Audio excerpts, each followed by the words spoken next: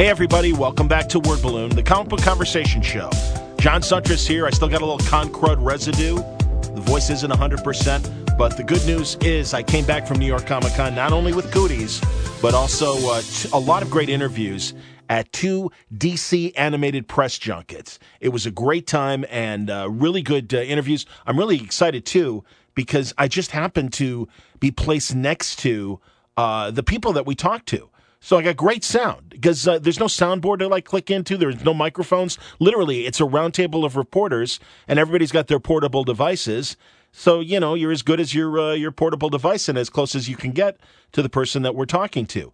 But first up, we're going to talk to the director and 2 of the cast members of Justice League Dark. Jay Oliva, the director, who, man, is he on a tear. If you really look at a lot of the credits of the last couple years of DC animated films, Jay Oliva is usually the guy. And not only that, as far as directors goes, not only that, but he is also a great first unit and second unit director for live action films and the TV shows, and really sets up a lot of the great action sequences that we've been getting in some of the better productions. So it's great, and a lot of interesting insight from Jay Oliva. We also talked to Batman himself, Jason O'Mara, who gives us a great conversation, and Constantine himself, Matt Ryan. Isn't it great that that NBC show, while it didn't work out, that enough of us love Matt Ryan so much as John Constantine that any chance Warner Brothers has to use him, they do. It was great seeing him in Arrow last year, and now in this animated film,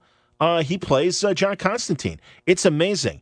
So we're going to start off with those 3 interviews. Then we're going to talk to some pretty amazing behind-the-scenes people for the great film Batman Return of the Caped Crusaders. And that will include James Tucker, who also is on these Justice League Dark interviews. And it's great to hear from him. I'm a big fan of James's. He's been on Word Balloon before and was behind the Batman Brave and Bold series and has kind of been, as I keep describing him, the 21st century Bruce Timm. Because ever since Bruce Timm has stepped down, James has kind of been that lead supervising producer. And I think he's a great writer, and I think he's a great producer that puts together these amazing productions. You're going to hear from Rick Morales, the director of the film, and unfortunately only one cast member, but what a cast member, Adam West himself. What an exciting thing for me to be right next to Adam West. And he even looks at me during many of his answers to a lot of questions. And right at the top, and I'll talk about it before the intro, we have an exchange, and you can hear it very clearly. And I got to make him laugh, so that really certainly made my day. I mean, I got to tell you, man, guys like Shatner, Leonard Nimoy, Adam West, Robert Vaughn, the man from U.N.C.L.E. I mean, these are my real heroes when I was 5 years old and watching these reruns, because they were pretty brand new reruns when I was a very little kid. So to get to meet these people in the last 25 years has really been fun, between doing the podcast and also doing radio. Pretty exciting stuff. And finally, I can cross Adam West off the bucket list, because we had one encounter about 7 or 8 years ago at a convention in an elevator, and I think I've talked about it before. We were in an elevator we were all staying at the same hotel. It was one of the conventions in Orlando. It wasn't MegaCon, the FXCon actually, where I first really got to know Mark Hammond, Brother Bear, if you know your Oh Yeah Comics crew. The manager and part owner of Oh Yeah Comics, and the guy who runs the store in Harrison, New York. Well, anyway, Adam West and I are just the 2 of us in an elevator. It is moving freight elevator slow, and it really does sound like it's going to break any minute. And in that amazing Adam West voice, he goes, "Gee, I really hope we make it to the bottom. I was on this thing last night, and I thought it was going to break a couple times." And I said, "Don't worry, Caped Crusader, we're going to make it to the bottom." And he smirked and kind of laughed, and he said, "Thank you, citizen." So that was a great moment. And immediately his manager was waiting. "Come on, Adam, we got to go." So he got pulled away. He's like, "Nice meeting you." And I'm like, "Nice meeting you." And that was it. So it's great to finally be able to have a moment with Adam West in a professional, I'm putting air quotes up, capacity as reporter and an interviewee. But it was great. So that's a lot of fun. I think you're going to enjoy what you hear. Really interesting insight from the cast and crew of both of these films, both Jason O'Mara. And so really good time. I hope you'll enjoy today's interviews on Word Balloon. It's all brought to you by the League of Word Balloon listeners. Thank you very much, League, for your support. Remember, Word Balloon is free, but if you want to help the cause, please come to wordballoon.com And click on the Patreon ad over there. You can watch the videos that I've done. And really, if you can afford a couple dollars a month, that's terrific. Think about the hours of entertainment that Word Balloon brings you every month of Geek World content. And, can you spare the price of a comic book? Can you spare $1? If you can, I certainly do appreciate it. Thank you very much, League, for your support. You help me get to the conventions and make the connections for some of these great interviews that I'm able to bring you each month. Word Balloon is also brought to you by In-Stock Trades at InStockTrades.com. And given we're talking about the subjects that we are as far as the cartoons, let's look at things like some of the Batman 66 collections. You can find a lot of the volumes of Batman 66 written by the great Jeff Parker. Tom Peyer has written a few of these great stories as well. Amazing art from people like Jonathan Case, Ty Templeton, some of the other great artists that have been involved. Kevin Smith has even been involved and Ralph Garman on things like Batman 66 Meets the Green Hornet. Great stuff, man. And these books range from as reasonably priced as $8.24 to $12.64. And just like this animated film, Return of the Caped Crusader, the budget is endless because it's just, paper. So it's a great opportunity to really see the 66 Batman in some wonderful situations that just didn't happen on the television show because of, budget restrictions and stuff. So check out some of the Batman 66 stuff.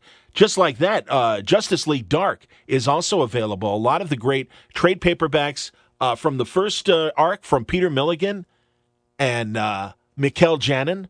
That is 45% off. It's just $8.24 to stuff from Jeff Lemire and Jeff Johns and J.M. DeMatteis at prices ranging from $9.34 to that, again, $8.24 range. So there's really great product of Justice League Dark and Batman 66 waiting for you at InStockTrades.com. That's just the tip of the iceberg. There's a lot more great books waiting at prices you won't believe. Don't forget, if your orders are $50 or more, you'll receive free shipping from InStockTrades.com. So before we start, let me reestablish the kind of parameters we're dealing with here. Big room, lots of round tables, usually about 8 to 10 reporters at each round table, and you get the guest for about 10 to 12, maybe sometimes 13 minutes, never 15. God forbid. But, and you shoot questions at them real fast. I mean, I'm used to this from sports roundtable kind of interviews and those kinds of situations. And it's very interesting because you'll only hear a couple voices really asking questions. Not a lot. I mean, some people are just very content to get whatever the table comes up with as far as questions goes. As far as I was concerned, hey, man, I'm going to ask as many questions as I can think of. I don't want to be a hog, but by the same token, I don't want any dead silence either. So it's a lot of fun. I was very lucky to be sitting through the Justice League Dark interviews directly next to the interviewee. So Jason, Matt, James, and Jay are all very clear, very clean. But, you're going to hear some background noise because other conversations are going on at other tables and stuff. So without further ado, let's start things off with Jason O'Mara himself, Batman, who's been playing Batman in all these DC animated films that have been following that New 52 continuity that started with Justice League War. And he's back again now with a whole new cast of supernatural heroes in Justice League Dark. Here's Jason O'Mara, now on Word Balloon. How you doing? I'm doing good. How are you guys? All right? Excellent, man. Is this what, day 2, day 3? Day 3. So we're starting to lag a little bit, slow down. Yeah. Brain's disintegrating. Yeah, I get it. Jason, can I ask you what you feel how about your Batman is different from other Batman interpretations? Yeah, but as far as I can see, I mean, obviously, the inspiration for this Batman was the New 52 series, but in a way, the animated movie series, or at least my one, is sort of going into uncharted territory now with that storyline. So the way I see it is that this Batman has a very specific kind of emotional family baggage. He's a dad. He has this history with Talia. Both he and his son were trained by Ra's al Ghul, and now in this world, his Robin has grown up, flown the coop, as it were, flown the cave, and has become Nightwing, and Nightwing's handing his mantle down to Damian. and this is the same Batman who in Justice League War brought the Justice League together for the first time, and now he's bringing this group of dark supernatural folks together in this movie. So, and he's also sent Damian off to Teen Titans, almost like sort of a boarding school. So this is the storyline of this Batman, and I think anything outside of that, Dark Knight, you know, I prefer to work alone. That's a different Batman that exists in another universe. So as long as it's got to do with this Batman storyline, I'll be the voice of it. But I think as soon as it goes outside of it, I think it's either Kevin Conroy territory or it's a whole other thing. Sure. That's interesting. Yeah. How about please? What was your reaction to the script for Justice League Dark in regard to Batman's role and how it's dealing in the supernatural? Because Justice League vs. Teen Titans dealt with that a lot too. Yeah, I mean, I don't think Batman quite makes that connection between the magic supernatural elements in Teen Titans and this kind of supernatural that's going on in Gotham. I think the one in Teen Titans was more like, I mean, he does reference to, he says like, someone in the movie says, this is hell, and he goes, I've been to hell, and this is nothing like it, kind of thing. So Batman's been around the block, is what I'm saying. But at the same time, I think he's still very skeptical of the magic. Batman is based in science. He's a detective, you know, the greatest detective who ever lived. And if it doesn't make logical sense to Batman, it doesn't exist. So he has a really hard time getting his head around it. So what that lends itself to is something really interesting where Batman can actually be kind of quite glib and raises an eyebrow at all of this and effectively becomes the everyman, the eyes and ears of the audience, saying, you know, I don't understand any of this, and actually I think it's just a load of nonsense, you know, and so he has to be disproved. He has to see it for himself, and he even gets involved in quite a bit of the fights along the way. So I think it was a really interesting idea to involve Batman. I mean, I would, because it gives me a job, but I think involving, you know, Batman, who is already the personification of darkness in a movie called Justice League Dark, seems to me to be the link between, you know, the DCU we know and love and this expanding DCU into the realm of the supernatural. So are there a lot of first meetings with these heroes in the film, or are these people that he would call on when it's something he can't explain, or both? There's a suggestion that he and Zatanna go back, which in the comic books there's a whole backstory between them. So there's a suggestion they already know each other, but no. Batman gets in touch with Constantine through Deadman. Okay. And Deadman's introduced for the first time. I don't want to give any of that away, but that's pretty cool.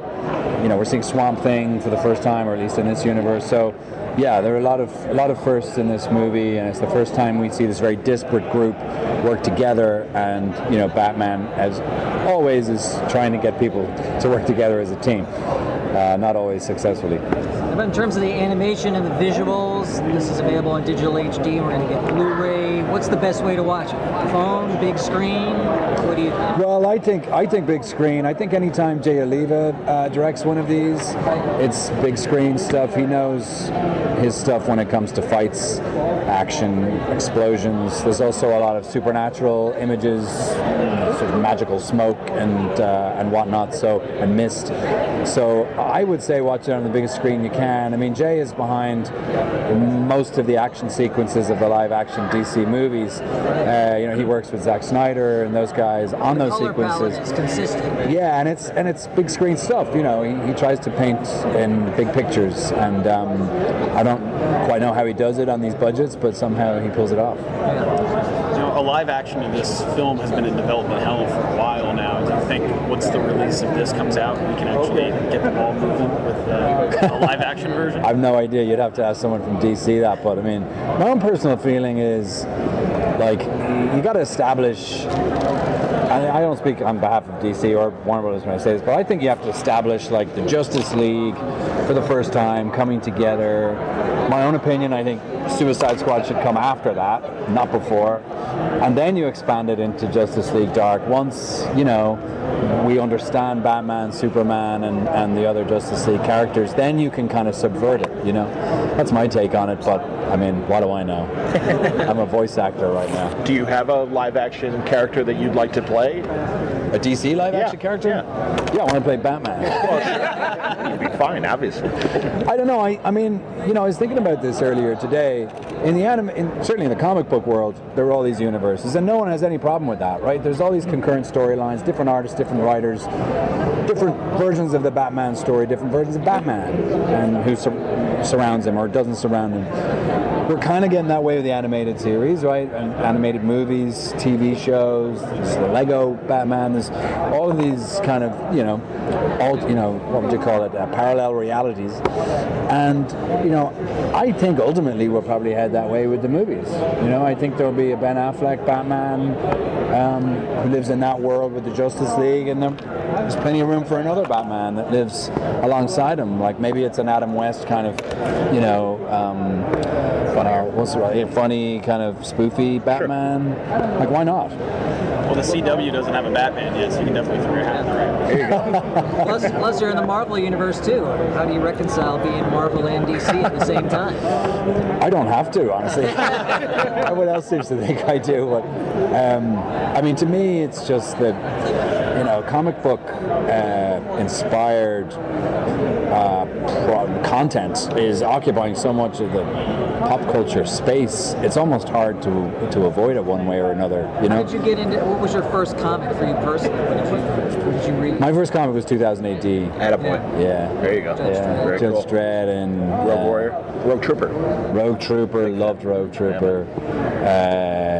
God, what was the other one? It was like Strontium Dog or Strontium Dog. Yeah. Then there was the bunch of like bounty hunters. Anyway, loved it. And I of course had some of those early issues, like issue number 2, issue number 3, and had or still had? No, had. I realized when I turned, I don't know, like 13 or something, like where are those things gone? And they're gone, and just forever gone. Who are your favorite artists and writers? Oh God, I can't remember. Okay. I can't remember their names, but there was a couple of Judge Dredd writers. John Wagner. Brian Bolland. Bolland's amazing. Yeah, he was kind of, he became it for me. Like I remember reading a Brian Bolland Judge Dredd story, and I was just like, how do they do this? It just blew my mind, the detail. And I think there's a Judge Dredd opening too, right? But he's playing him anymore.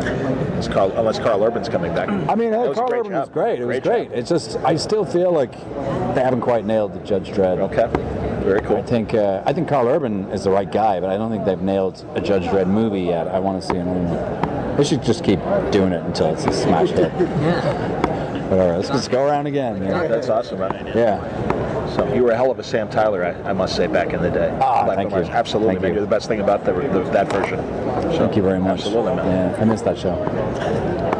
So you were talking earlier about the different types of Batman that are out there. You also, you're playing like the family man. There's like the buffoon Batman. There's just all types. I mean, do you have a preference of Batman, especially if you want to stick with that character? Well, look, I mean, I've obviously, grown quite close to this version, where I feel like I can be dark, but also be a dad, and I like that balance. It's fun to play as an actor, and I feel like why bother retreading old territory when you can explore new stuff, so I find that creatively quite rewarding. And also, I really like the idea that Batman can be funny, and it doesn't have to be lampoon, wacky, underpants on the outside of my tights funny, but I like that he's got a sense of humor, and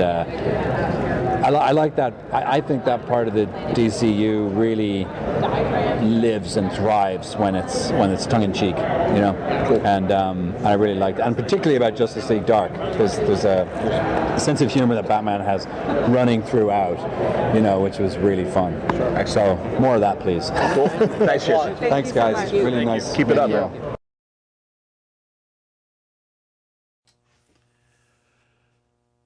That's Jason O'Mara, and I know some of you might have been asking yourselves, how come you didn't talk more about his role as Jeff Mace in Agents of S.H.I.E.L.D.? We talked a little bit about it. The PR people at these press junkets, and sometimes it gets a little frustrating, they're very, very focused on you talking only about the movie at hand or the project at hand. And they can get a little militant about that. So you do kind of have to watch it, and you don't want to wind up, getting them angry, because then maybe you won't be invited to the next press junket.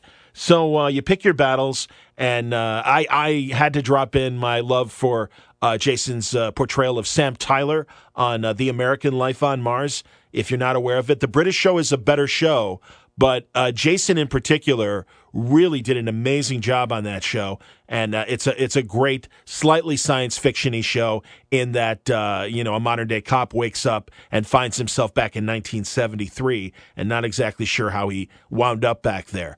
And I thought Jason did a great job on that, the American version of Life on Mars. So you'll, again, some of these guys are willing to talk beyond the current project, and you'll get that. But it's kind of up to the star, and you get what you can take. Anyway, moving on. Now let's talk to Jay Oliva, the wonderful director of Justice League Dark, and Dark Knight Returns, the wonderful adaptation of that. So many of the great DC animated films have been directed by Jay, and also, as I mentioned earlier, and he talks about it too, he is used as a first and second unit director, doing a lot of action sequences for the television shows and the live action films, in addition to the animated films. So great to talk to Jay Oliva now on Word Balloon. Jay Oliva. Okay, guys, I'm a little sick, so my voice is a little bit off. So. Is it con flu, or was it before? Oh no, it was like about a week and a half ago. I'm good now, but like my voice just tends to go, especially since I've been talking all day. So who wants to go first? Tell us about the challenge, or what you wanted to bring to this movie, obviously, versus the others so far. I think this movie, what was great is that we were dealing with a different kind of team, and also I wanted to do like a horror film more than just our usual superhero film. I mean, it's still an action film, but I wanted to have like horror elements and kind of really play up the supernatural aspect. The other thing was also like, how do I, like with what I mean, if you've seen my films, I usually have really highly choreographed fight sequence and stuff, and now I was thinking like, now what do I do with that now, but with the magic aspect?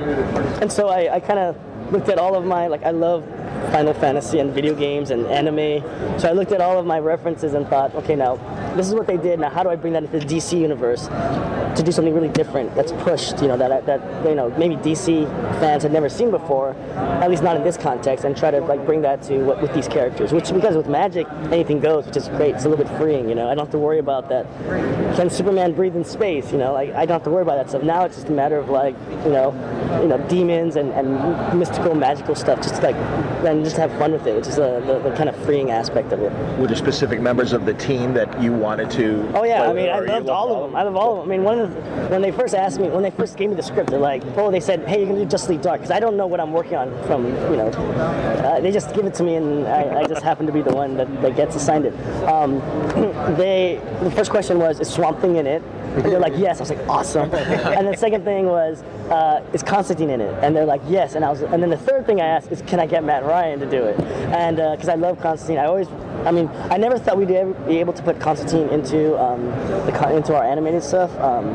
And this was a perfect vehicle to kind of get him in there. And it was great. I mean, if you see the film, when you finally see the film, he like steals the show. He's like, he just fits so easily into this DC universe. And I'm hoping that we can do feature films with like Constantine and Batman, or Constantine and Batwoman or something. Just have more team ups. I think that'd be kind of a fun kind of thing.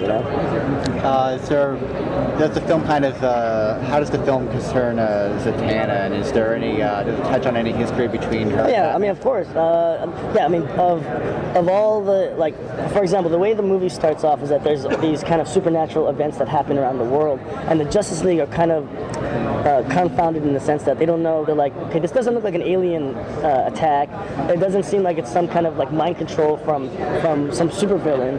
We can't figure out what it is. And Batman's like, I have an idea, but let me check my sources. But what happens is that he's a little skeptical of what it is, and then he ends up seeing, like, he gets out of the shower and like Constantine's name is written all over those walls, and so he's like, who is Constantine? So then he's like, okay, I only know one person of the supernatural stuff, Zatanna. So he goes to see Zatanna. She's like, do you know who this Constantine is? And Zatanna's like, oh yeah, I know him. All right, we've got history. And so Zatanna then brings him into this kind of supernatural world that, of course, Batman is a skeptic. So I try to play up Batman as kind of like a Mulder Scully kind of thing, like X-Files, where Batman is a skeptic and Constantine is the believer. And a lot of times Constantine is like, look, there's demons, there's hell, and Batman's like, I think I can explain this scientifically. There's a reason I can, but I like the fact that, this movie kind of really validates why there's a Justice League Dark team, why you need to have a team of heroes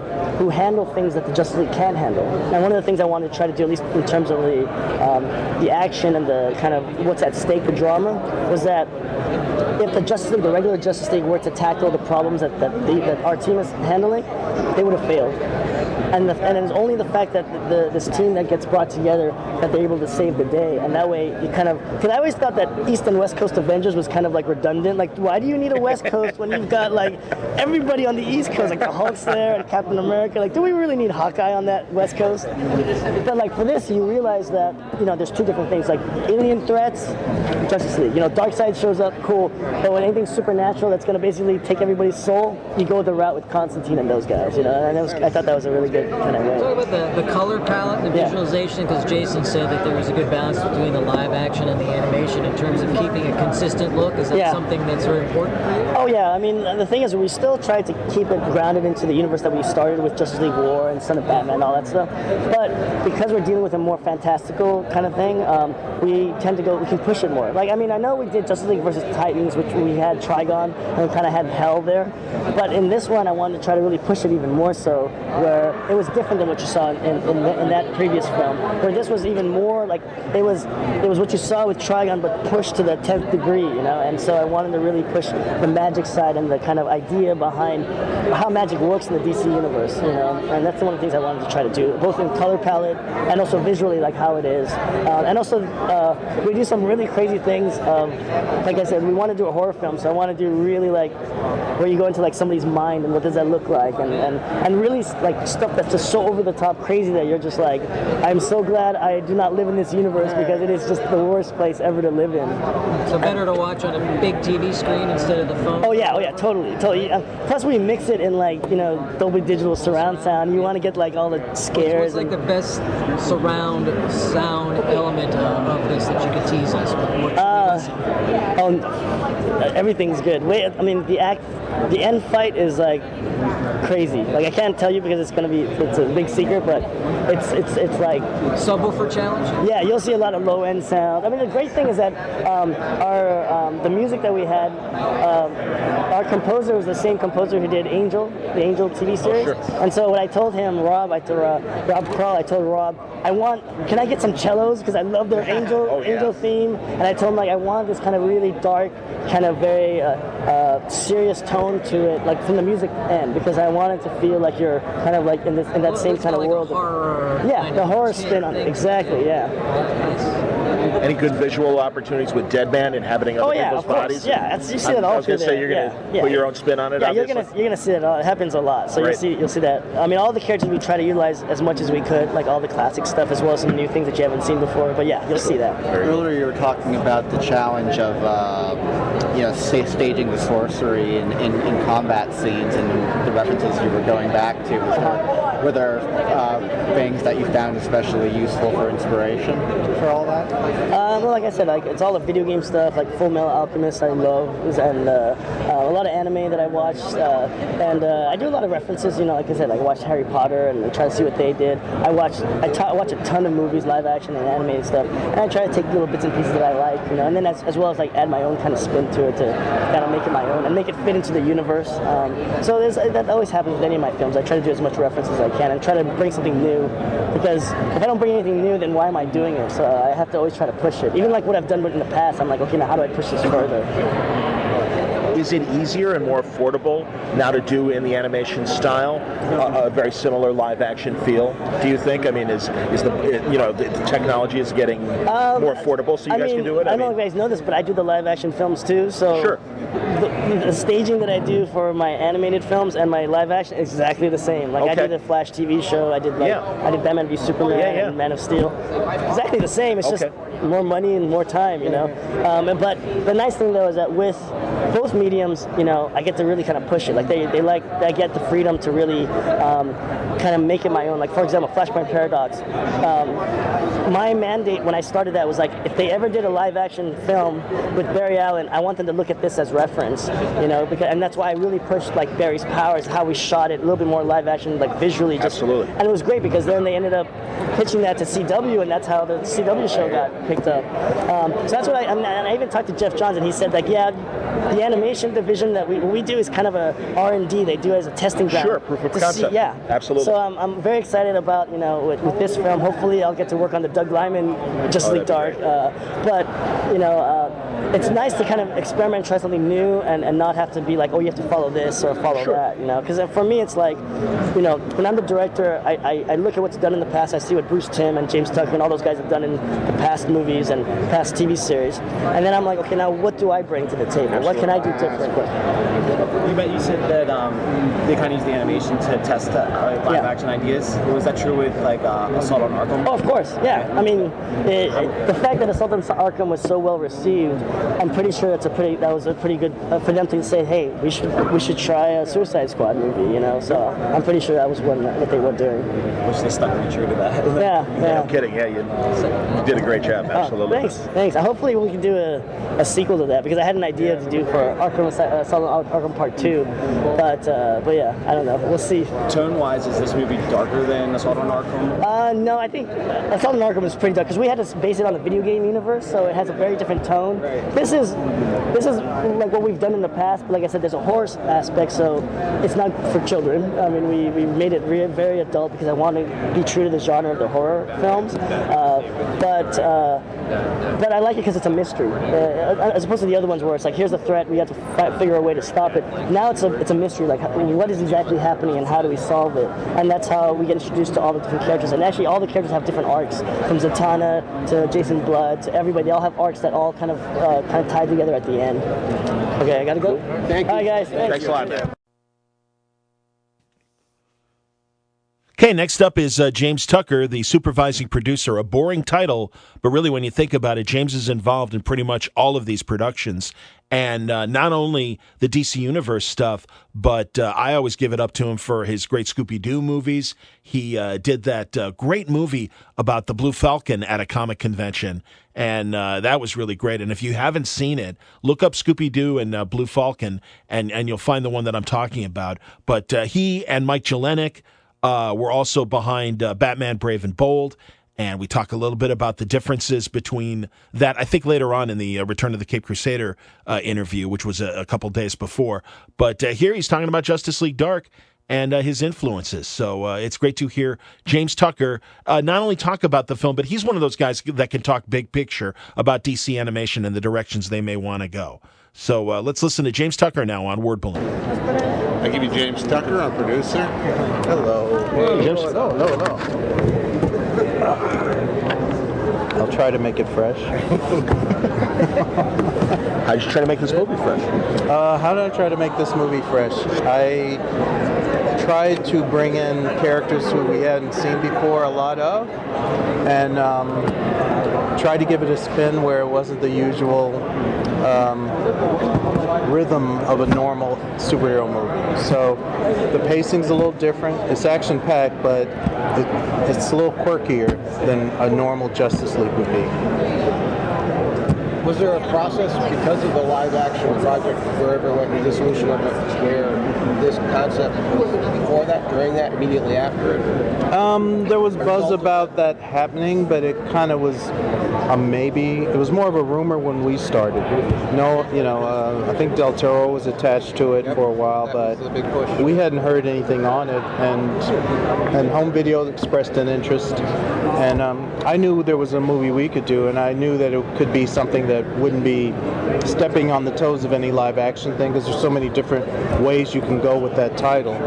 So we knew of the potential for that movie, but it wasn't a reality when we started. Was there a character like that you wanted to see for the first time that you were most excited about? Mainly Swamp Thing, just because he hasn't been in animation for a long, long time. And we always wanted him in first the original Justice League show that I worked on, and then Brave and the Bold, we wanted him. And so his rights were always tied up until recently, and so when they became available, we jumped on it. So he's the main one. I mean, I like the Spectre too, but we've done some things with him. Is the Spectre, I'm sorry, is he in it? He's not in it, no. Yeah, and I was wondering if there was any inspiration from that Spectre short that you guys did a couple of years ago. Well, just that was pretty much a straight horror tone. Yeah. And I wanted to keep that tone with this. And you know, they don't necessarily have to be in the same continuity, but they could be. So, I mean, hopefully if this sells well and we get to do another one, I get to use the Spectre for that. That'd be great. So that's my goal. Working on the Brave and the Bold, Justice League Dark, do you have a specific tone that you like to work with specifically, whether it's comedy or drama? You know, I get bored fast, so I like all kinds of tones. I don't like our movies I don't like to make the same movie after, you know, like so I want the tone to be different. I mean, the tone in Justice League versus Teen Titans was a little more, there were occult elements, but it wasn't horror. Whereas this is straight up horror. And so I want each, and the next one that'll follow will have a different tone. So just to keep it fresh, keep me from getting bored, basically. So. It also applies to the visual palette. I mean, there's been consistency between live and animated, and do you have your own sense of like, want these things to overlap or be different? For our line, Phil Barras is the designer. So the thing, you know, the characters generally, you know, he and I work together to tweak. You know, if it's going to be horror, then his usually more streamlined technical look may not work. So, you know, I just kind of try to nudge him toward maybe things he wouldn't necessarily draw, and he really takes to that as an artist. We changed the color palette for different tone movies, so this palette's a little darker, definitely more geared toward horror. So the palette is a little more desaturated. The blood is very vivid. You know, that more of a Hammer movie kind of take. So. You know, we do those things in production. Just, you know, a form follows function. So if we want it to be a certain kind of movie, that dictates how. Just like I did this movie around the same time I was doing Return of the Cape Crusaders, and that's a whole other, you know. So it was being able to juggle that takes some concentration. Would you rather watch it on the big screen? This one? Yeah. Dark? Yeah, I think so. I think it holds up. Yeah. Yeah. As an old comic reader, you know, did you look back at those good runs of the DC horror stuff? And old? You know what I mean? Yes. As a reader of old comics. Yeah, there you go. I'm fine. Well done. Yes. Well, no, you know, I grew up on the original Swamp Thing and those House of Secrets and all that, and horror movies. So. We didn't read so much of the actual book, because tonally that book was a little more, it was very interesting, but it was very internal. Like it was more about concepts and not really concrete visual things that you could show in a linear kind of visual fashion. So even though it was a comic book. So yeah, you know, there's elements of, in this one I think it's, tonally I went in thinking it should feel more like Dario Argento movie. I wanted that kind of phrase. It's not like universal horror. It's very that queasy, I don't know why this is weird, but it's weird kind of thing. Cool. Even with the music palette a little bit. So. You were talking about just trying new things. You also mentioned Swamp Thing. What exactly hasn't really been done with Justice League would you like to see done? I'm sorry, I missed the last part. What would you like to see done with Justice League that hasn't really been done before? Oh, gosh. Or any of its characters? You know, the thing with Justice League is the trap to me is that it becomes just plot. Whereas with the Titans, it's more about character. Like the plot is good, but it's really about teen angst It's about something other than just superheroes and powers. And a lot of the writers tend to focus, when it comes to Justice League, they kind of freeze up and make it all about their powers, about the plot, who's the villain, and you don't get a lot of that interpersonal stuff that, you know, it took us a while even on the series to get to that. I mean, it wasn't really till Justice League Unlimited that we were able to find the little nuances of character that made that show, I think, really good eventually. It didn't start out that way, though. I'd love to be able to take a Justice League, and to do it, I'd really need a Netflix kind of situation where you have a lot of episodes to tell a sprawling, character-driven story. And so, you know, where a show like, to me, Young Justice kind of has achieved that, because it's very arced out, and I think you need that much real estate to do that kind of story. And I think Justice League is a prime, you know, it's fodder for that.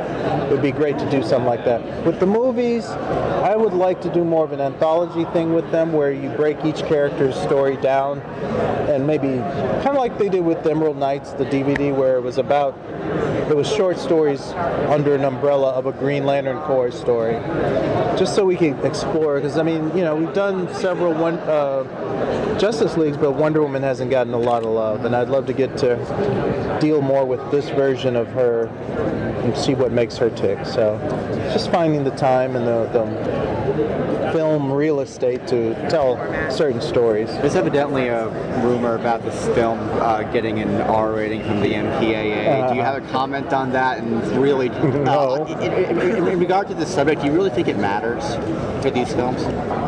You know, I never go in thinking, oh, this will get this or this. You know, there's movies that I've stumbled into R on by accident because I was just making the movie I thought was naturally fitting with what the script was. You know, I mean, we don't go out to be sensational or try to get certain things.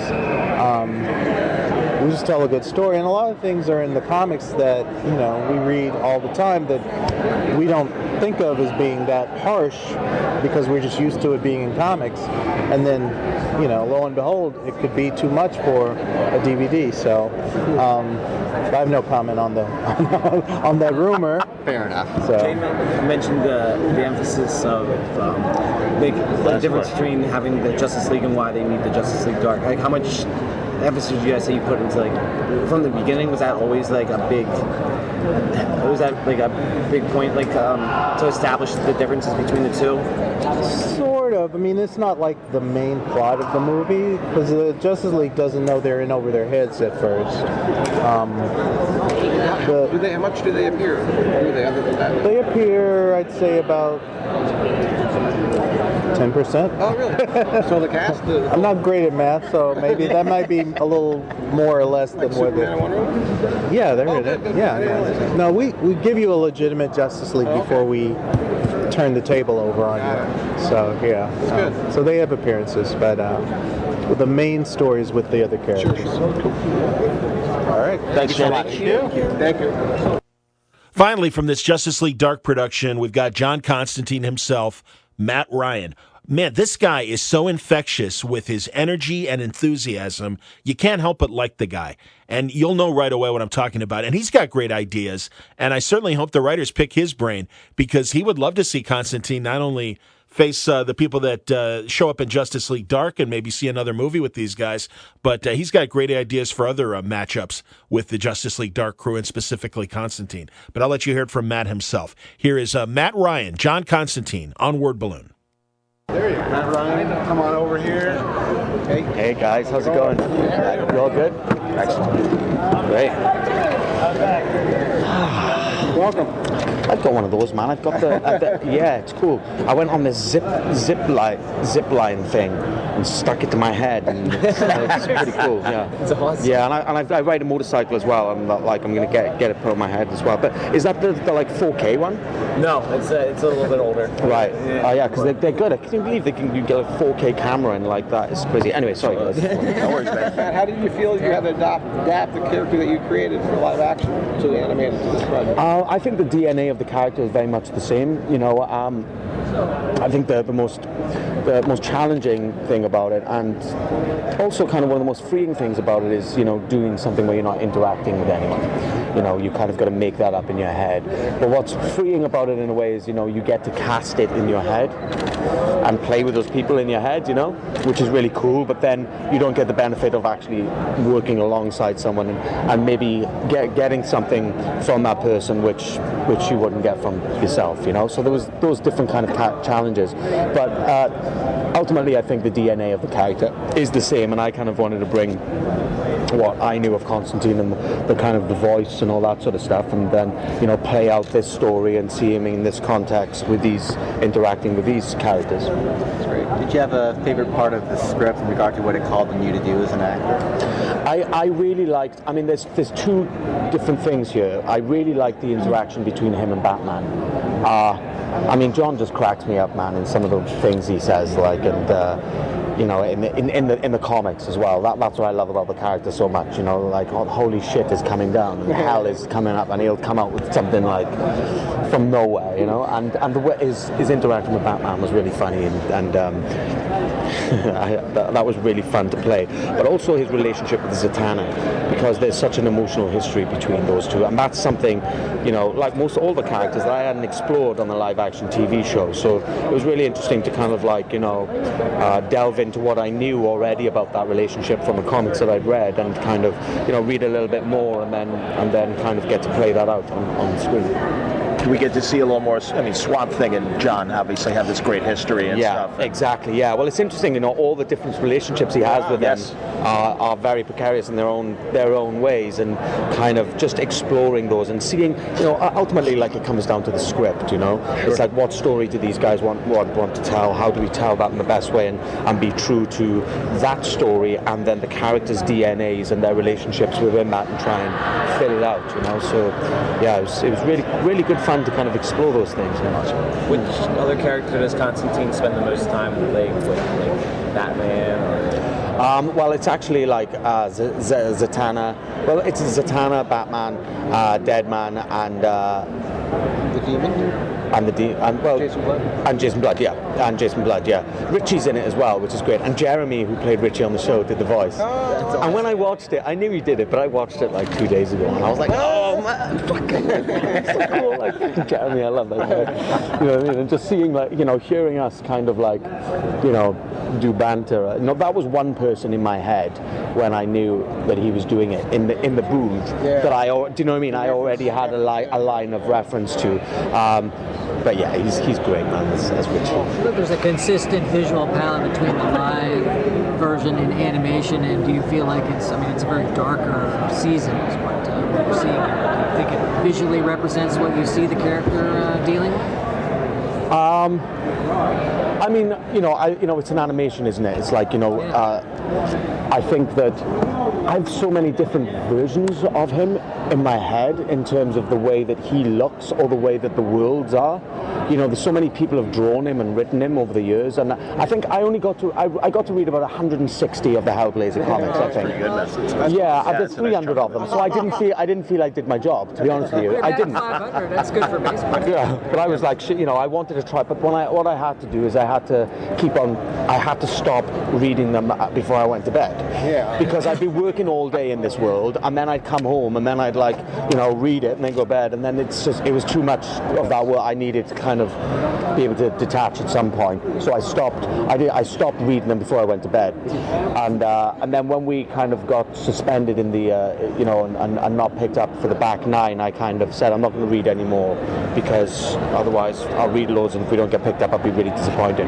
But there's so many different people who've drawn him, and the way that they look, and it's funny to see this version. I love that. I love this version of the way that they've drawn him and the world in which they've drawn him, and I've watched a bunch of those of the animations that the DC guys have done, and I love that, and I love that world for what it is. Yeah, the character really seems like a key component of this story, but it's definitely known for burning bridges. We're going to be seeing a lot. I mean, how does he manage to work with this ensemble team and Well, that's the interesting thing, isn't it? That dynamic. I mean, look, I think that John ultimately is someone who wants to do whatever it takes for the greater good. But you know, he might just kill you or have you get you killed in the meantime. What's interesting is he has to explore or call upon people who he has done things to in the past. That's the interesting dynamic then when he comes across these characters and he's some of it's quite, he can be quite cold, man, which I really liked actually in this version, because I don't think we really saw a lot of that in the TV show. I think we were getting there to see how actually cold and he could be, but I think that there's a few moments in this where you go like, oh wow, that guy's, he's a real bastard, and I love that side of him really, when you see that he actually can be a real fucking bastard. Especially you said with all the comic prep and everything. Yeah. Really get to see that. Yeah. When you're doing your voice by yourself and have to kind of imagine the other side of the conversation, how much after you saw the finished product matched what was in your head when you were talking to these various characters? Oh, a lot of it, man. Yeah, cool. It's funny, yeah, and I think that's down to Jay and the guys as well. When they're trying to they'll kind of give you a bit of the world and say, all right, at this point she's going to be like in this kind of place and this in this kind of place emotionally, and then you see it and you're like, oh yeah, it's like we're all in the same room. Cool. It's like I only met Jason today. Oh, that's crazy. Yeah, and I'm like, we work really well together, man. It's great.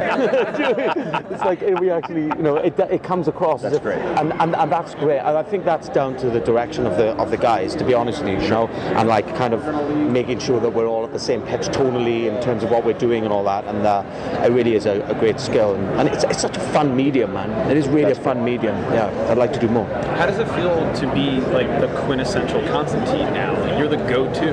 Like you had a show, Save Constantine. You get to be an Arrow, and now they're bringing you on to be the voice of Constantine in Justice League Dark. I mean, man, it's like I feel like when I got the role, it's such an iconic character, and it was really hard to kind of like. I mean, I had so much support from David Goyer and Daniel Cerrone and everyone around me, and Warner Brothers and NBC. It was great, actually. And the director, Neil Marshall, who directed the pilot, just kind of gave me that confidence to kind of go like, no, you are this fucking guy, go for it. And like, but there's still a lot of pressure. There's so many, avid fans out there that you kind of like, you want to do good right by them, but at the same time, you've got to try and be true to yourself, and otherwise you can fuck yourself up with that. Do you know what I mean? So I just feel like really kind of like lucky, man, to have kind of like to have done the show in the first place, and then to have got to do an Arrow, and for the fans to have been so accepting of me playing him. That's been the best thing of the whole experience of getting involved with John Constantine in the way. And I feel like we were only scratching the surface on the television show. There was so many places. Better to watch you on the big screen with it, both animation and in the show? It's what, sorry? Better to watch it on a bigger screen, you would say, both the animation version and live? Yeah, sure. If you like big screens. all the darkness that's going on. There's just so many details. I think it is. It is. I prefer to watch even a TV show on a bigger screen. I mean, I have a big projector in my house back home in London. Yeah. Well, it's not a big projector. It's pretty small, but it makes a big picture. But like, yeah. But it's cool, man. And I like kind of like watch movies on that and stuff as well, and TV shows and stuff. So yeah. Can you talk about your experience recording for the film, and did you have the opportunity to record in the booth with other actors? Yeah, I didn't know. It was just me. Although I did pass. It was the lovely Rosario Dawson who plays Wonder Woman in the movie for a little bit. But no, but it was just me in the booth by myself with the guys, and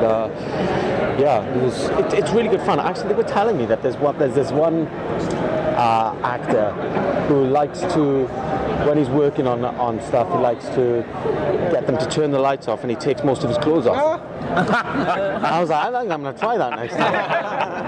Or actually, I was like, I should have brought a trench coat with me. Like one of the trench coats or something. Yeah, exactly. I was going out for as many cigarettes as possible because I smoke anyway. So it's like, I guess you'd have to do a vape then for animation. Oh yeah, totally, yeah, and the sounds and all that stuff. Do you find it hard to can you actually go down there and walk the floor without people coming up to you? Yeah, well, I look pretty different to what I do with Constantine. Do you know what I mean? Like, oh man. But and that's cool. But no, we had a little walk through earlier on, and there were a few people kind of recognise me, and that's always lovely as well. You know, it's like this. Yeah, it's great, man. I mean, the fans have just been great on this show. The whole Save Constantine, they're still going now. It's it's crazy. You know, it's like fucking awesome, man. You know, that makes you feel really good. And also as well, like, you know, the show got cancelled after 13 episodes for whatever reasons. But when you take on a role like that, you know, there's a lot of pressure. And if a show gets cancelled after 13 episodes, you're like, oh shit, was it me? Do you know what I mean? If you are playing Constantine in Constantine, you're like, ah, fuck, you know. And for the show to be cancelled, and it kind of like, and for the fans to, you know, have loved what I did is a great thing, because you're like, thank God I fucking did it some justice and didn't, you know, it wasn't cancelled because I was shite, which was a possibility. Were you surprised at the level of sophistication in animation now? Yeah, definitely. It's unbelievable. Yeah, and it's actually, you know, I don't know what this is going to be rated, but it's dark, man. You know, it's like it's great, and I've started to get into that, to the whole comic book world and everything a lot more since I've done Constantine. And like, cool. Would you be wanting to do more animation work? I'd love to, yeah. Cool. And I'd like to do like lots of other voices as well, because I went to drama. I basically trained for 6 years, and then I spent 3 years with the Royal Shakespeare Company. Oh wow! And like, so you know, when we were recording, there were a few moments when I was like, oh, let me do the demon. I can do the demon as well. You know, and it's like, I'd like to do all that stuff as well, because it's just really fun, you know. Yeah. So I'd like to do that shit. Awesome. Did you really meet Jason today? Yeah. Okay, just before I put that. Seriously. Really We met today. Yeah. That's pretty He cool. flew in. He got here this morning, I think. I think he got here this morning. It was like, hey man. It's like, hey, you're Batman. It's like, hey. Well, We're really. friends. Yeah. But it's cool. He's Irish and I'm Welsh, and it's like, you know, so we're Celts, so we get on. But yeah, it's the first time we met. Any chance of coming back to the Berlanti universe?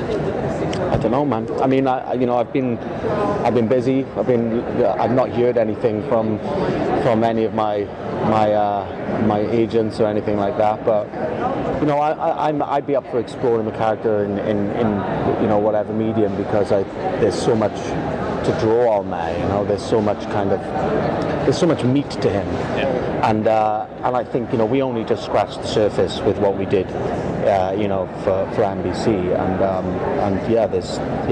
it's always a fun place to go back to. And he's the type of character as well, you can drop him in anywhere, and I think he'd be, you know, you like, can you imagine him meeting the Joker and him just being like, thank you to the Joker, and the Joker's like, can you imagine that shit? I mean, what would happen? It's like, well, the next logical step is you appearing in a video game, because now you every facet of media. Tell them that. You got to pitch James the Joker idea. That's a great idea, man. Yeah, they asked me, they said, who would you be most like to see him interact with? And I was like, the Joker, because what's interesting is they're fundamentally different in the fact that, like, John is ultimately for the greater good, but he will sacrifice people, and he is an absolute bastard. So they have similarities, but the Joker's, you know. But how would John deal with the Joker? And how would I think the Joker would like John. I think the Joker would like John and be like, come on, that little bit of you that's good, fuck that, don't get rid of that, come on me. Do you know what I mean? It'd be fun. All right, I need to give him a break before the panel starts. Thanks. Guys, my pleasure. Very cool. Have a great Thank one, you. guys. You too.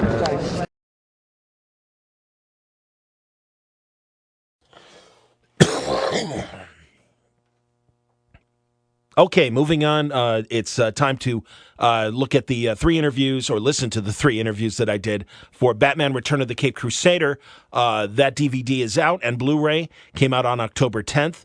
And you got to understand, when we do these press junkets, the same frustration happened for The Killing Joke. It happens before we get to see the movie.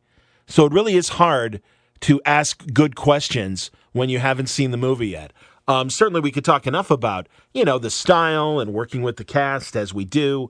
But like I said, it does make it a little weird. So there's that. And also the sound is not as good with Rick Morales. It's fine. You'll be able to hear him fine. But in this case, Rick and James were on opposite sides of the table than the Justice League Dark guys, so I wasn't as close. My recording instrument was there. Also, there were a couple reporters that just decided to start having conversations while some of these people were talking, which I found incredibly rude and showed their kind of lack of professionalism, frankly. But anyway, what are you going to do? I'm shrugging. But first up, Rick Morales, the director, who also has been an animator on a lot of other past DC animation projects. So he has good perspective. And he starts us off with our Return of the Cape Crusader talk. Here's Rick Morales on Word Balloon. Sucker about that, but I can tell you that we have these producer meetings at Warner Brothers Animation, and I do a couple different shows. And I remember sitting in there, and they were talking about this, and this was a couple years ago now. And James was, talking about how they were going to get Adam West, and I'm just sitting there going, "Oh my God! Like, someone else is going to get to direct this thing. Like, I want to direct this thing. Like, I want to be involved in it." And it just didn't seem like that was possible. And then, as it moved further along, they gave me a call and they're like, "Hey, James wants you to do it." And I was like, "Thank God," because it's there's any of these DC direct-to-video things that I wanted to be involved in. It was definitely this one. Adam West was such a big influence. That show, especially when I was a kid, really made me love Batman and Robin, and kind of, in a lot of ways, got me into comic books and becoming a comic book fan for as long as I've been. What was one of the more important aspects of what were some of the important aspects of this show that you really wanted to capture, or that era of Batman comics that you really wanted to capture? In my mind, it was kind of the fun, like the lightness, the humor, like just the big, broad things that you could do with this that you wouldn't necessarily, you wouldn't normally tie Batman and Robin to a giant TV dinner tray. But here it completely makes sense. That's the fun, like, scale stuff that you can do, the kind of Dick Sprang type of stuff, bringing these giant, crazy death traps and just these larger-than-life scenarios, and, kind of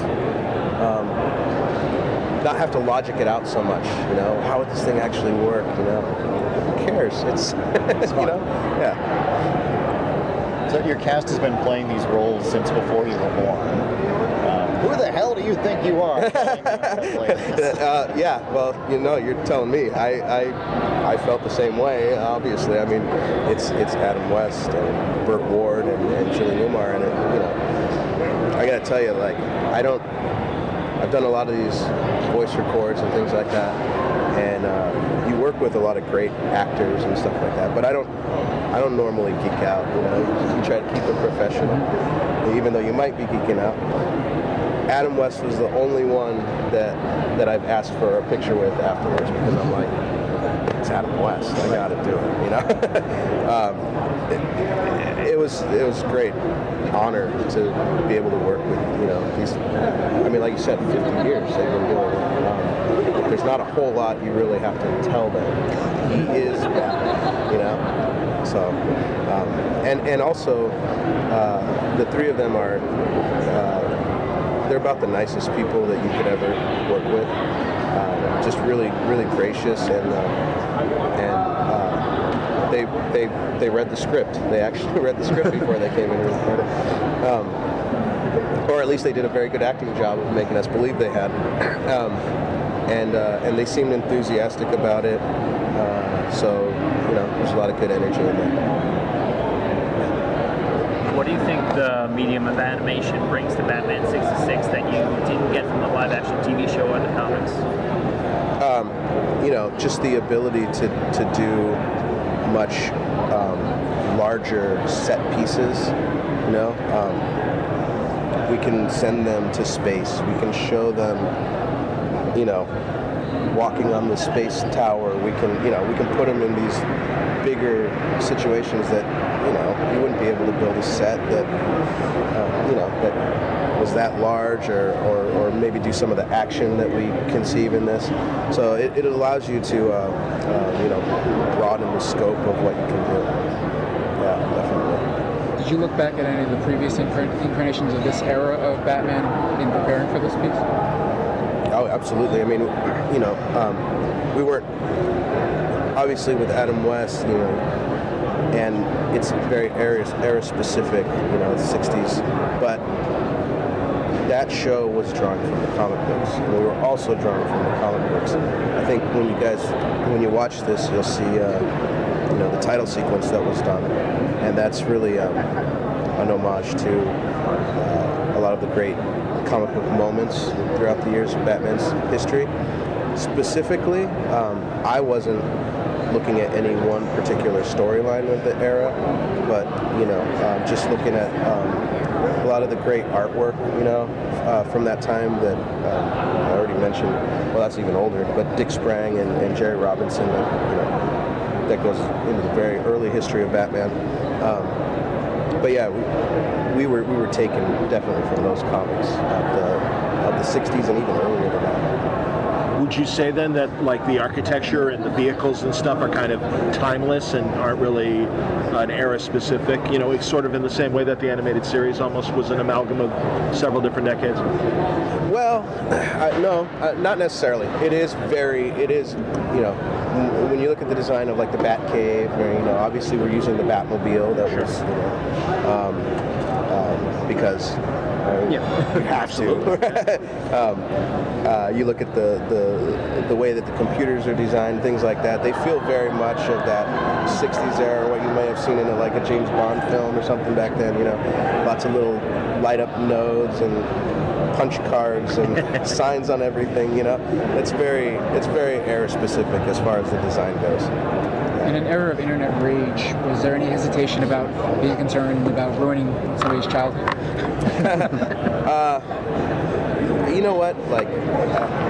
As a creator, I can't bring myself to be concerned about that, because if I am, then it limits how I'm gonna approach something.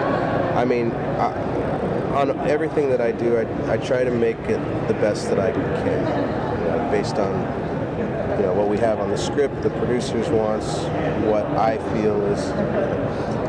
If you start taking all that stuff into account, everybody hates everything. There are going to be people that absolutely despise this movie. Hopefully more that love it. It's the way the world is, Yep. What do you think is going to surprise fans of the 66 Batman about this project, more than anything else? Well, if they've never been exposed to the Adam West show, I think it's a completely different take than what they've seen in recent years, that may be good or bad depending on their feeling of how Batman should be. But in my view, there's been many incarnations of Batman, and some more successful than others, but he lends himself to nearly any situation. Tucker did Brave and the Bold, which was a great show. I did storyboards on it back in the day, and I remember there was a lot of hate for that before it came out, and people really rejected it just straight off the bat, without giving it a chance. But then I think once it aired, people realized this is really, there's a lot of love that went into this and a lot of respect for the character. They weren't, we weren't just making silly Batman. It's rooted in the comic books and the old Adam West show and things like that. And I think people learn to really like it by the time it's over. So I just feel like surprisingly, I think it's funny. I think there's some good humor for fanboys, of which I consider myself to be one. I remember reading the script, and there's my particular favorite line, dig, at the end. it just cracked me up. Hopefully, when you guys see it, you'll know what I'm talking about when it involves Paris.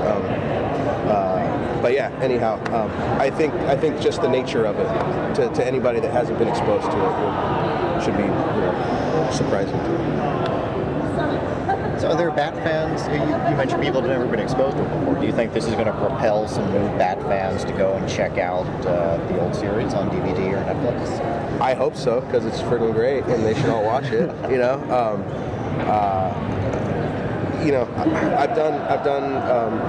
I've done Batman in many forms at this point in my career, and the stuff that I've done recently is funny. It's like it's all rooted in the '60s, but we did the Lego Batman or the Lego Justice League stuff, and I think that was a great hopping on point for kids, and I think this one has that potential as well to because it really is. I think it's family friendly. There's not a lot of gore or violence or. I mean, there's violence, but it's within reason, and I think I would feel completely comfortable showing my kids this movie. Comparing the Lego stuff to this, I mean, the Lego stuff really does have a frenetic speed to it. Yes. And I would think this, because it's more dialogue driven, is that fair? I mean, well, actually, they both are. So compare the two in terms of the pacing of the films. Well, it's a great question. The Justice League, the Lego Justice League stuff is like super rapid fire. Yeah. I mean, when we edit those things, you should see the timeline in our editorials. Like there are virtually no gaps between that dialogue. It just runs and runs and runs. This actually plays a lot slower, and it's not the same sort of humor. It's more camp, and that's it's a more difficult thing than you would think to create that. It's like, what is camp? But that stuff is a lot more slapstick, Looney Tunes. We do physical gags and things like that, and I think this is much less than that. It's these characters take their situations seriously. When they're tied to when they're tied to a TV dinner tray and they're heading to the giant oven.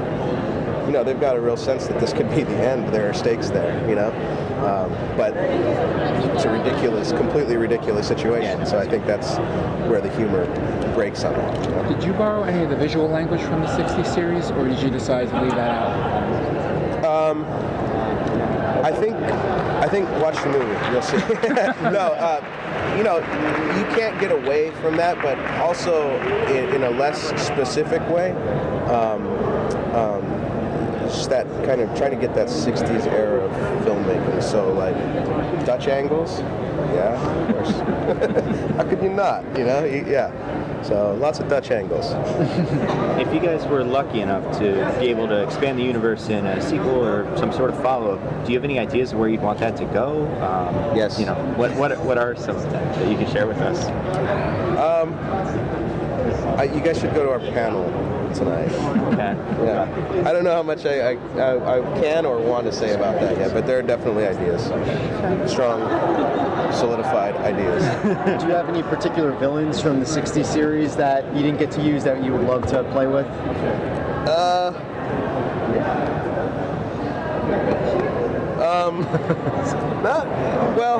See, if I answer that, right. I'm going to give it away. That's the point. Yeah, I know that's the point. So I'm not going to answer that. Okay. Rick, you're done here. Okay. Thanks, Rick. Thanks so much, guys. Appreciate it.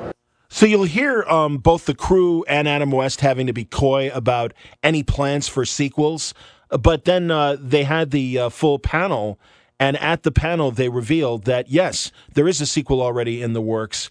Everyone is signed on to do it.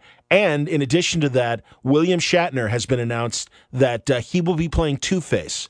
So that's going to be pretty cool, seeing the Adam West Batman facing the William Shatner Two-Face. The mind boggles. So that's filling in some of the blanks if you didn't already hear the news. Let's move on now to another conversation with James Tucker. Slight word of warning. There was some sort of interference happening with one of the other devices, and you'll get a little bit of a static click during a couple of James's answers. It's not that you won't be able to understand, James. It's just you'll hear just a slight bit of interference. Slightly annoying, but I think you can handle it. So let's move on to James Tucker talking about the return of the Cape Crusaders on Word Balloon. James, off the bat, difference between Brave and Bold in this project? Very little. Adam West is doing Batman. Brave and the Bold, Batman was always the straight guy, meaning we could plop him into any world, any tone. Some of the episodes are really serious, some of them are very surreal and over the top. With Adam West Batman, he is kind of as crazy as the world he's in. So you have to honor that. You have to make sure he is getting the right kind of dialogue that's true to Batman, but also has a twist, has some humor to it. But basically, they're the same world. Basically, they're parallel dimensions, slightly off, out of phase, but they're very similar. Can you tell us about the origins of this project? The origins, I'm assuming the DVDs of the series did well, and so they decided, hey, Adam West is out there, let's do something with him new. And so they came to me and asked me if I wanted to do it. Of course, I said yes, and we met with him and made sure he was into it, and he was. And then we just started at it, it happened pretty fast. Did you look at any of the Batman 66 digital comics that were coming out? The comics, I looked at them. I was more looking at the original comics that spawned the show. Sure. So the Silver Age stuff, all the same things we looked at when we did Brave and the Bold were basically the same things we looked at for this. The 66 comic I didn't read as much because once I knew I was doing it, they were already making choices I was going to have to make, and I did not want to stumble upon the same choices. Because they did, the book had its own reason for being, and this had its own reason being. So I didn't want to mimic the comic of a series. So there's probably places where they do overlap just because we're sourcing the same thing. Sure. Was there anything new that working on this project taught you about Batman in general? Boy, that's a good question. New about Batman in general. Not so much about Batman in general, but just about the Adam West Batman and what it means to people, and how he views it is not as a joke. Every Batman actor I've ever sat in a room with takes it very seriously, no matter what kind of Batman they're doing. Diedrich Bader, he doesn't think it's a joke. Kevin Conroy, of course, doesn't. Jason O'Mara, who's the Batman on my other movies. It's something they bring. They feel it's their duty to do it correctly. They take it more seriously than any fan would imagine. They really do. And so to find that Adam West, even though he enjoys the comedic side of it, he knows the character inside and out. He knows the whole backstory. It's not like he's not aware that Bruce Wayne's parents were killed in that alley. He's very aware of the source material. And so that was kind of enlightening. I kind of felt he would, but to hear it from his own mouth was like, wow, this dude knows his stuff too. And of course he should, but, I guess that was an enlightening thing. Did the idea of Adam returning to the party for so many years give you any pause when this project started? Pause? No. Are you kidding? I was like, yeah, let's do it, it would be great if it had happened even earlier, but now's the time. I love working with him on other things. I cast him as Thomas Wayne in Brave and the Bold, and then I cast him as the robot Batman built that sounds like his dead father. So you say I'm an Adam West fan. So no, it was a no-brainer. You gotta use him. He is that Batman. How about Bert and Julie? Bert and Julie are amazing. They know their characters inside and out. Burt Ward in particular, you'll hear, if you close your eyes, it will be like you were watching in 1966. He's great, and you know, again, they take their job very serious. They know what these characters mean to the fans, and you know, we had to come correct. If we had written a script that was not worthy of what they thought, they wouldn't have done it. They were very particular, and then, you know, luckily when they read it, they gave it the approval. They said this feels authentic to us, and they were happy about it. So that made us feel good. What's your take on like balancing the newer fans that you're going to get with this kids with those original fans from, you know, the original Adam West Batman? I mean, I hope there's enough new stuff in it to at least engage people who weren't familiar and give it a shot. And I hope there's enough homages to the original that they can feel it has credibility. To me, it feels like it straddles both lines, but you know, you never know. I think kids of a certain bent might like it. I mean, you know, I don't think every kid is wired to like a grim and dark thing. If that were the case, Teen Titans Go wouldn't be a huge hit. So, I mean, you know, it's like if they can like that, I have a feeling they'll be okay with this. So, you know, it has an irreverent tone to it as well. It'll be interesting because, again, if you're not familiar with the series, if you're not familiar with those comics, then it'd be interesting to be in a kid's head to see how do they perceive this. I'll find out. I'm going to sit with a real audience on Monday and see if they come streaming out of the audience. You know, they're like, "Get me the hell out of here!" I'll know what happened. But anyway. What kind of story can you tell with this interpretation of Batman and his world that you couldn't tell with other versions of Batman? Well, I mean, with Adam West Batman, I would love to do like we did with Brave and the Bold, just put that Batman in all kinds of situations. Because I mean, again, the series was limited by it was television. They had a limited budget, limited time. But I think, I mean, that to me, when we did Brave and the Bold, it was like, well, what if Adam West Batman was on the moon? What if he was in underwater? What, you know, what I mean, it was built around that conceit of what if this version of Batman were able to do all these things and go to these different places, and I'm like, yeah, that Batman would be fit in everywhere, you know. It's not like I remember we were doing Justice League, and the first time we had Batman in outer space, fans freaked. They were like, Batman would never get in a spaceship and go anywhere. Then that became like every other episode in Justice League. But the fan backlash to a realistic version of Batman doing those things, they had a hard time accepting it at first.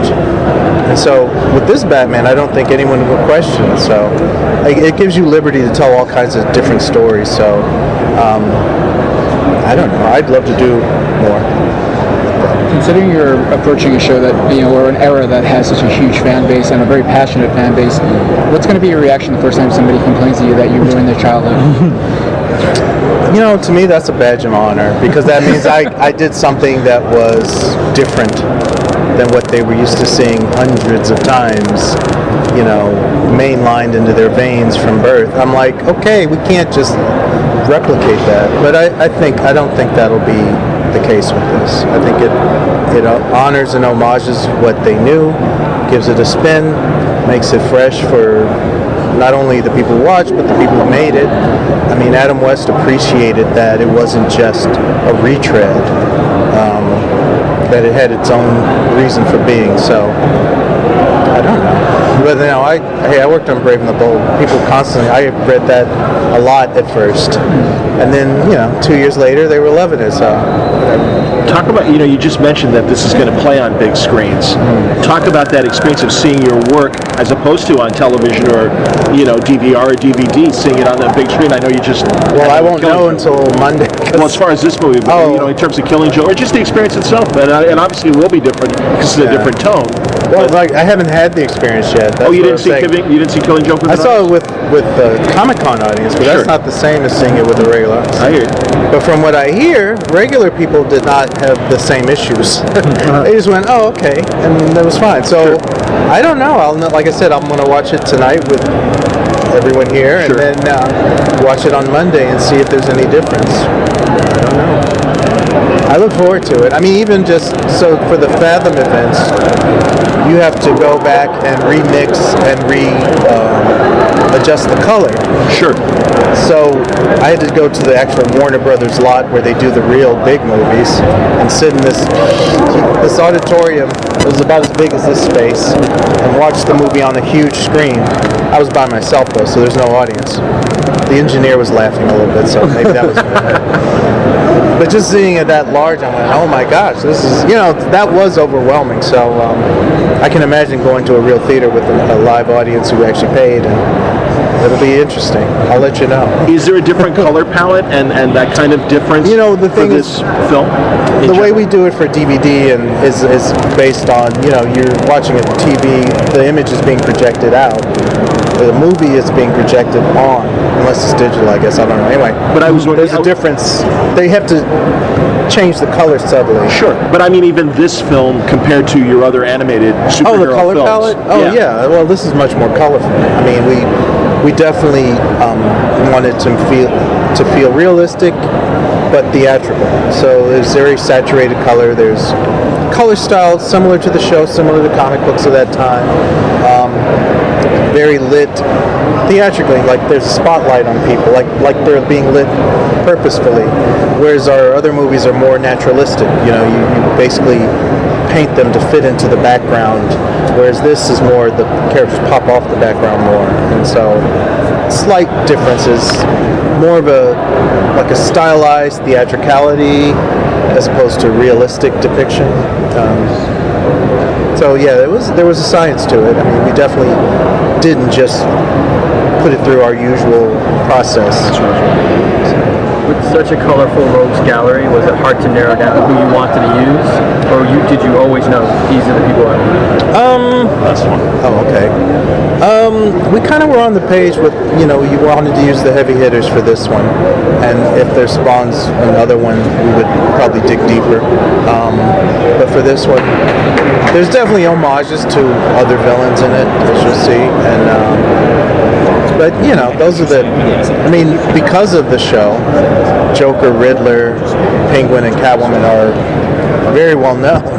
Like Riddler hadn't been in comics for almost 20 years before the TV show. I mean, the reason we love Riddler now is because of that TV show. He had been a forgotten villain up until then, so we have, those were the four we had to use that I think everyone would know who weren't familiar with anything prior to this. So, no, it wasn't a hard decision, to be honest with you. Yeah. But going forward, if there's more, we'll definitely be digging deeper. Like the 66 comic book did. So you're saying we're going to see King Tut? I'm not saying anything. I'm not saying anything. But I love the good stuff, James. Thank you. Thank you. Okay, the good news is whatever little staticky nonsense was happening with James Tucker didn't happen with Adam West. Got a great, clean conversation. Again, he sat right next to me, and I think you'll be able to hear right away when he turns to me and says, "You didn't think it was a comedy, did you?" That he's talking to me, so that's kind of neat. Here's Adam West talking about the return of the Cape Crusader and a whole lot more on Word Balloon. Howdy, folks. How's it going? How are you? Good, how are you? You getting tired of this nonsense? We've been waiting for you. You've energized us. Oh, good. Absolutely. Good. Got to do that. So why do you think after 50 years, your version of Batman still resonates with people? I'm so damn good. I think because, we played it for the whole family spectrum. So the kids would enjoy the excitement and whatever. And the adults would laugh because it was a comedy. And, when we delivered those homilies and little ethical lessons, like good dental hygiene even, the adults thought, that's pretty good that our kids are listening to that. And, the kids took it serious. You did, didn't you? Absolutely. Yeah. High drama and action. Absolutely. What was it like getting back into the headspace of Batman again? Repeat, there was a noise. Sorry, what was it like getting back into the headspace again? Was it a challenge to get back into the character? No, not really.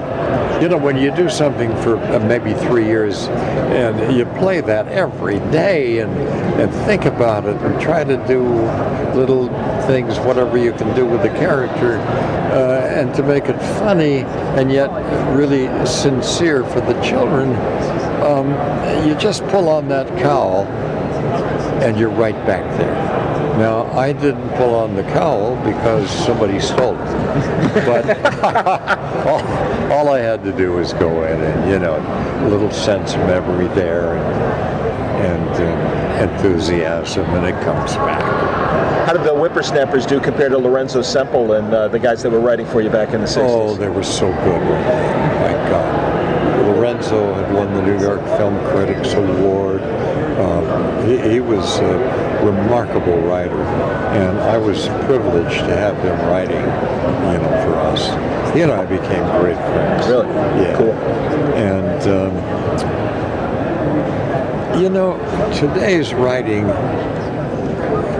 it doesn't differ so much, because the writers with whom I work, at least with the Batman stuff, they've been very good. Like, did you interview one of the writers? Yes. Oh, Yeah, everybody. Yeah, he's terrific.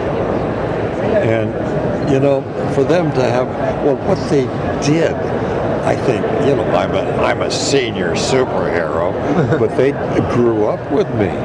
So they had a pretty good sense of what they wanted, you know, within the dimensions of their memories. And it worked. I got to hand it to him, you know. Maybe what I did was indelible. What are the differences between playing Batman with your voice versus playing him on screen? The difference might be that with the voice only and with the audience that they were really seeking mostly, that is the kids, it was more straight ahead and less nuance, less tongue-in-cheek, you know, that kind of thing that you could do on film with your movement or whatever you're thinking, even through the eye holes in the cowl. But when you're doing, you know, voiceover like this, it was just dead ahead and, you know, right on and serious kind of. And then I had a few moments where I could, you know, throw in a little something here and there with the adults. You know, for your inspiration on the original interpretation of the character, you go back. I'm sure you were a fan of old radio. It was an old radio in your time. Were there old radio heroes that you modeled your Batman after? No. Okay. Well, that's cool. That's a good question because, you know, I still on Sirius, you know, on the, what do you call it, satellite radio. Yeah, satellite radio. I listen to some of those old shows occasionally because they were so good, allowing you to use your imagination. And I learned always from that a little more. Yeah. And, you know, when you think of Orson Welles and Joseph Cotton, the Mercury Theater, whatever it was, wow, that was so good. I started in radio. Well, that's awesome. Yeah. In college. Doing dramas. Yeah. Very good. Yeah. And then I was a disc jockey and a lot of stuff, a news guy. And you know, I think many actors that I've talked to or learned about, they really did radio. Except the younger ones. Mostly they don't. They didn't. You know, they don't have the same opportunities of, you know, getting a job and working your way through it up. Yeah. Too many people go to Hollywood and are disenchanted. You know, they find it so tough. And it is. It's so terribly competitive now. Because look at all the windows we have. All the outlets for content. I don't know how people keep track of that. I'll watch TV and tune around until my wife says, "Stop it," you know. But I'll tune around, and I'm amazed at all the different content and the way it's delivered. Nothing seems really special anymore. The Walking Dead, maybe that's special. Scares the hell out of me. I don't know, but there just seem to be so many shows from which to choose. You know, you hardly know what to watch. Are you into any specific shows right now yourself? Say it again. Are you into any specific shows right now yourself? Do you watch anything or look forward to anything that's going on right now? Funny, last night I turned on the television in the hotel and I saw something that intrigued me. No, I'm sorry, it was on the airplane. They had pilots. And this was called The Billions of the Billionaire or something. And I saw that pilot, and I thought, God almighty, this is good. But you know, it didn't sell, it didn't go. Oh, wow. And do you know anything about that? Not that show. Billions of the Billionaire. Oh, are you talking about Billions? Yeah. Is that the Showtime show? Yeah, with Paul Giamatti. That's right. Yeah. Yes, was he about in the That's financial right. investigator. Yeah, That's that made right. it. Yeah, that made it to a series. It had a full season. Yeah, it's going. It did? Yeah, and I think it's doing well. Yeah, I think it will be back. Good, because that was really good. There you go. And the redheaded guy, the young actor who played the big-time hedge fund guy. Yes. Yeah, I forget his name. Yeah. Oh, that's right. Yes. Mm-hmm. What's his name? Is it Damien? Damien Lewis? Yeah, something like that. That's I'll buy that. Yeah, that was good. Okay. So you see, you make discoveries like that, but it went 4 seasons. No, this is the first season. But it's going to. I think it got picked up. It is coming back. That's good, because not many shows get picked up. Yeah. Now, when I did the Big Bang Theory, you know, kind of stunt casting thing, what's an Affleck, you know, that kind of thing. It was fun and kind of funny, but to get a show picked up every season for how many years? 12 years or something? 9 or 10, no, at least. Yeah, 10. Yeah, 10. 10.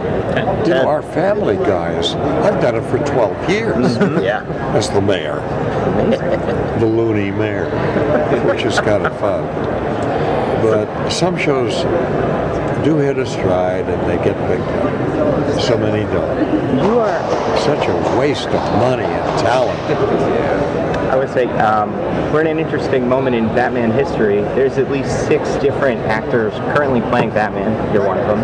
But you're also the original, at least for most fans. Do you have any advice that you would give any other Batman running around? What's essential to the character? What do you think? When you guys all get together for another meetings? one. Yeah, there are a lot of running around. Let the costume work for you on the screen. And, you know, you can be violent, you can be downtrodden, vengeful, whatever you're doing with the character. But don't take yourself too seriously, you know. What about the chemistry between yourself, Bert, and Julie? Coming back to that, what was that? Was it easy? I mean, actually, were you able to table read together, or did you do it all separately? Separately. Oh, okay. But in your mind? Yeah, it was easy. You know, when you know their action, you know what they're going to do with it.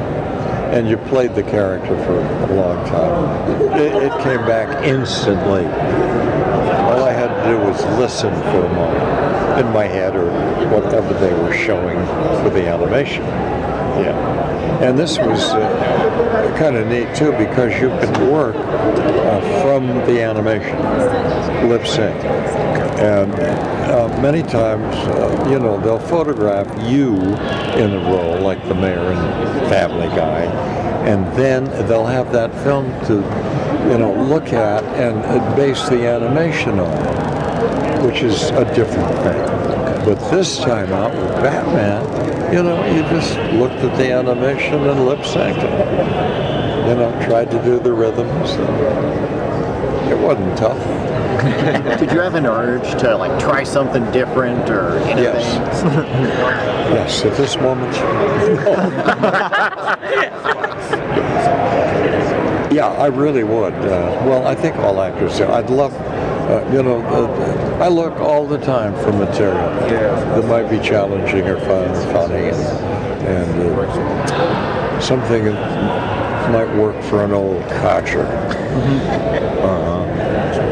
Who just seems irredeemably awful. Would you want to do another of these? Uh-oh, trick question. You're leading me into the thing that I'm not supposed to say. Oh, they told us you could say it, so it's all good. Just go for it, man. Well, if you're there tonight, you're going to find out. It made me so nervous. I have a gag order. One of the other things that the original... I have to take him away. All right, it's all good. Thank you, Adam. Thanks, Mr. West. So Pleasure. Thank you. Thanks. Congratulations on the Applause.